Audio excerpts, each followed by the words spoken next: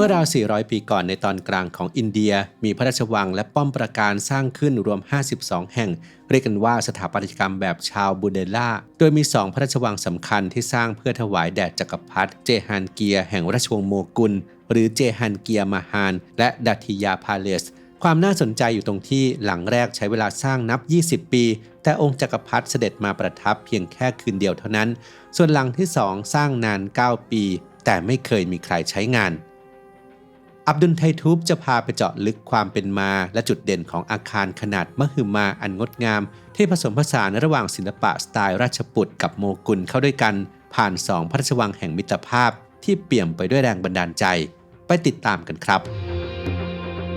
โอเมก้า 3 มีบทบาทสำคัญต่อสมองแต่ร่างกายสร้างเองไม่ได้ต้องได้รับจากอาหารเท่านั้นจากข้อมูลของ National Institute of Health ประเทศสหรัฐอเมริกาแนะนำว่าเราควรจะได้รับโอเมก้า 3 ประมาณ 1.1 ถึง 1.6 กรัมต่อวันสำหรับผู้ที่ใส่ใจการดูแลสมอง Quality Omega 3 Norway Daily ที่ผลิตและคิดค้นสูตรที่ประเทศนอร์เวย์ก็เป็นอีกหนึ่งทางเลือกในการเติมโอเมก้า 3 ที่จำเป็นให้กับร่างกายในแต่ละวันครับศึกษารายละเอียดและสั่งซื้อได้ที่ quality.asia/abdul-strength หรือคลิกลิงก์ใต้คลิปได้เลยครับ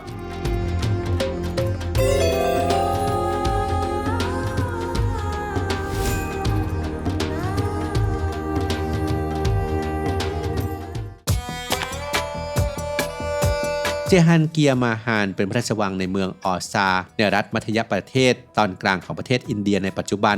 สร้างขึ้นโดยมหาราชาบีซิงเดโอเพื่อตอบแทนและเชิดชูเกียรติจักรพรรดิเจฮันเกียร์ที่ได้แต่งตั้งให้เป็นมหาราชาและยกดินแดนที่เรียกว่าบุเดนคานให้ปกครองด้วยเพราะมหาราชาบีซิงเดโอมีส่วนช่วยให้จักรพรรดิเจฮันเกียร์ได้ขึ้นครองราชย์ทั้งสองจึงเป็นพันธมิตรที่เหนียวแน่นต่อกัน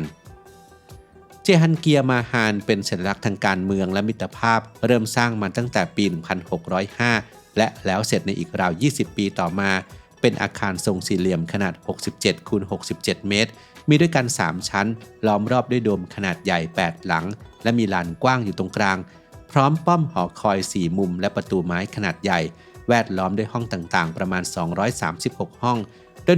136 ห้องอยู่ใต้ดินผ่านการออกแบบทางสถาปัตยกรรมอย่างแม่นยำผสมผสานกับความโดดเด่นของการตกแต่งภายในที่เน้นเรื่องความประณีตงดงามบอกเล่าเรื่องราวผ่านลวดลายต่างๆครบในเรื่องประโยชน์ใช้งานทั้งห้องสวดมนต์ห้องเครื่องหลวงและท้องพระคลังมีเรื่องเล่าว่าองค์จักรพรรดิเจฮันเกียร์ได้เคยเสด็จจากอัคราเมืองหลวงทางตอนเหนือมาเยี่ยมเยือนและพักค้างคืนที่นี่เพียงแค่1 คืนเท่านั้นจากนั้นในเวลาต่อมาจึงค่อยมีการสร้างพระราชวังและป้อมค่ายเพิ่มเติมใช้เป็นที่ประทับของราชวงศ์และเหล่าข้าราชบริพารท้องถิ่นตลอดจนใช้สำหรับออกว่าราชการจนกลายเป็นหมู่ตึกขนาดใหญ่อย่างที่เห็นกันอยู่ในปัจจุบันซึ่งเป็นทั้งอนุสรณ์สถานที่ท่องเที่ยวยอดนิยมและมีส่วนที่แบ่งเป็นโรงแรมสำหรับนักท่องเที่ยวอีกด้วย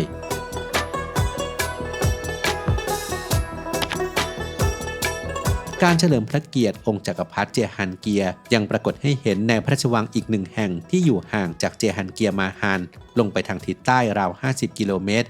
คือดัตติยาพาเลสซึ่งมีทั้งชื่อหลายชื่อทั้งการเรียกตามชื่อเมืองดัตติยาและเรียกตามมหาราชาบีซิงเดโอผู้สร้างว่าบีซิงพาเลสตลอดจนโกวินมาฮานที่นี่เป็นอาคารทรงสี่เหลี่ยมจัตุรัสที่มีความสมมาตรขนาด 80 คูณ 80 เมตรสูง 40 เมตรตั้งอยู่บนเนินเขาโดยมีด้วยกันทั้งหมด 7 ชั้นแบ่งเป็นชั้นใต้ดิน 2 ชั้นที่ออกแบบมาไว้เพื่อช่วยให้เกิดความเย็นในช่วงฤดูร้อนและบนดินอีก 5 ชั้นมีเขาวงกตอยู่ภายในและห้องต่างๆรวมกันราว 430 ถึง 440 ห้องมีหอคอย 8 เหลี่ยม 4 มุมตลอดจนวิหารฮินดูที่อุทิศแด่พระพิฆเนศและพระแม่ธุรคารวมถึงมัสยิดขนาดเล็กอยู่ร่วมกันอย่างกลมกลืนสะท้อนถึงความหลากหลายทางศาสนาในยุคนั้นใช้หินทรายในท้องถิ่นเป็นหลักและไม่มีการใช้ไม้หรือเหล็กในการก่อสร้างเริ่มก่อสร้างราวปี 1614 ถึง 1620 และใช้เวลานานถึง 9 ปีจึงแล้วเสร็จและมีขนาดใหญ่กว่าเจฮันเกียร์มาฮานสิ่งที่ทำให้ดัตติยาพาเลสดูน่าเกรงขามและอาจจะกลายเป็นความลึกลับน่ากลัวอยู่ตรงที่ราว 400 ปีนับจากสร้างเสร็จไม่เคยมีผู้ใดเคยเข้าอาศัยหรือพักค้างคืนเลยแม้แต่คนเดียวเหตุผลน่าจะเป็นเพราะวัตถุประสงค์เมื่อแรกสร้างที่ต้องการสร้างวังนี้ขึ้นก็เพื่อตั้งใจให้เป็นจุดแวะพักการเดินทางของจักรพรรดิเจฮันเกียร์อย่างสมพระเกียรติ แต่องค์จักรพรรดิไม่เคยเสด็จมาประทับโดยทรงเสด็จสวรรคตไปเสียก่อนที่จะสร้างเสร็จแม้องค์จักรพรรดิชาจาฮานที่ครองราชย์ถัดมาจะได้เสด็จมาเยือนพระราชวังแห่งนี้และทรงกล่าวชื่นชมว่าเป็นโครงสร้างขนาดมหึมาที่งดงามอย่างยิ่งแต่ก็ไม่เคยค้างคืนที่นี่และมหาราชาบีซิงเดโอผู้สร้างและสมาชิกราชวงศ์ต่อมาก็ไม่ได้เข้าพักอาศัยเช่นกันเนื่องจากตั้งใจถวายให้กับองค์จักรพรรดิผู้ล่วงลับไปแล้วจึงกลายเป็นการทุ่มงบประมาณมหาศาลในการก่อสร้างไปถึง35 ล้านรูปีเกิดเป็นอาคารที่ไม่เคยผ่านการใช้งานใดๆ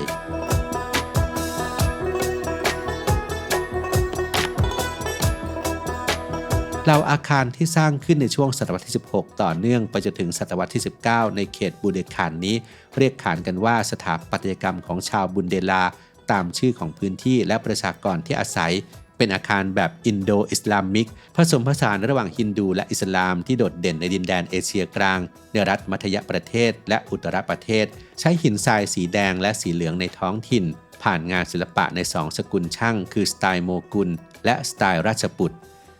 สไตล์โมกุลจะเห็นได้จากงานโครงสร้างด้านนอกความโอ้อาของอาคารขนาดใหญ่ตลอดจนซุ้มประตูโค้งหลังคาทรงโดมรูปกลีบดอกบัวและฉัตรีหรือศาลาทรงโดมขนาดเล็กส่วนสไตล์ราชปุตรจะปรากฏในงานประติมากรรมและจิตรกรรมที่ตกแต่งภายในบริเวณระเบียงหน้าต่างที่มีทั้งงานแกะสลักและภาพเขียนเป็นรูปเทพเจ้า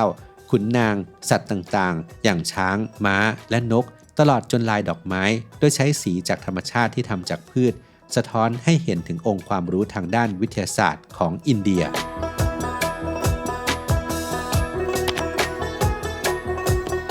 นอกจากพระราชวังดัตทียาและเจฮันเกียร์มาฮานแล้วก็ยังมีป้อมปราการและพระราชวังของชาวบุนเดลาอีก4แห่งรวมเป็น6แห่งที่รวมอยู่ในบัญชีรายชื่อเบื้องต้นหรือ Tentative List ซึ่งกำลังรอการพิจารณาขึ้นทะเบียนเป็นมรดกโลกทางวัฒนธรรมโดยนอกจากจะมีอัตลักษณ์อันโดดเด่นทางศิลปะวัฒนธรรมแล้วยังสะท้อนถึงการออกแบบเชิงยุทธศาสตร์ทางทหารและเทคนิคการสร้างป้อมปราการแบบเฉพาะตัว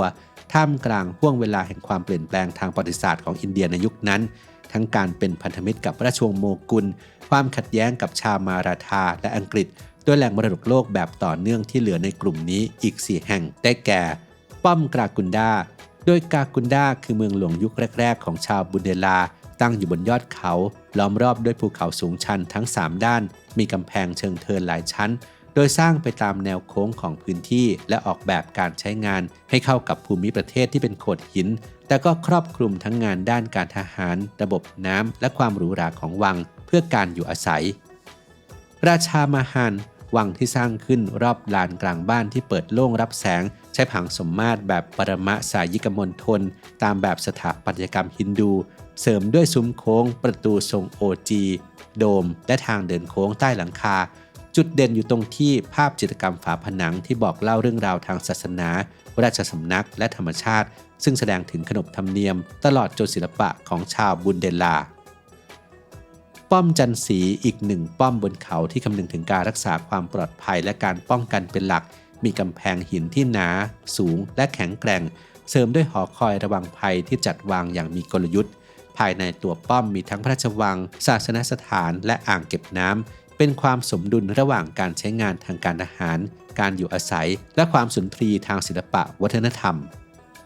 พระราชวังดูเบลลาตั้งชื่อตามทะเลสาบที่อยู่ใกล้กันมีการผสมผสานสภาพแวดล้อมทางธรรมชาติเข้ากับการออกแบบได้อย่างลงตัวมีองค์ประกอบครบถ้วนของสถาปัตยกรรมชาวบุนเดลาที่ให้ทั้งความโอ้อาความซับซ้อนทางศิลปะและประโยชน์ใช้สอย